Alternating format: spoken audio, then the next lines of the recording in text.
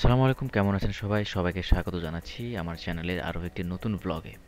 তো সবাই মাত্র ডিউটি থেকে আসলাম। ডিউটি থেকে এসে প্রতিদিনের মতো রান্নাবান্নার জন্য প্রস্তুতি নিচ্ছিলাম। তো এমন সময় আমার সাথে থাকা বড় ভাই বলল যে আজকে নুডলস রান্না করবে। তো আমি আর কোনো কিছু না চিন্তা করে আমিও বললাম ওকে, তাহলে নুডলস রান্না করা যাক। এরকমই আমরা মাঝের মধ্যেই কোনো রকমের প্ল্যান ছাড়াই যে কোনো কিছু রান্না করি। আসলে প্রবাসী জীবনে আমরাই আমাদের পরিবার, আমরা এভাবে থাকতে হয় সবাই মিলেমিশে। যখন আমাদের যা ইচ্ছে করে আমরা সবাই মিলে এরকম একসাথে করতে হয়, করি। এটা আসলে একটা ভালো লাগার একটা বিষয়। কারণ পরিবার থেকে আমরা দূরে আছি, এখানে আমরাই হলাম একটি পরিবার। তো এরকম যে কোনো ছোটোখাটো বিষয় সবাই মিলে একসাথে না করলে আসলে ভালো লাগে না। তো নুডলস রান্না করার জন্য যা যা দরকার কাটাকুটি এগুলো সব আমরা করে ফেললাম। তো নুডলস রান্না করবে আমাদের বড় ভাই, উনিও ওনার একটি ইউটিউব চ্যানেল আছে প্রবাসী রান্নাঘর নামে।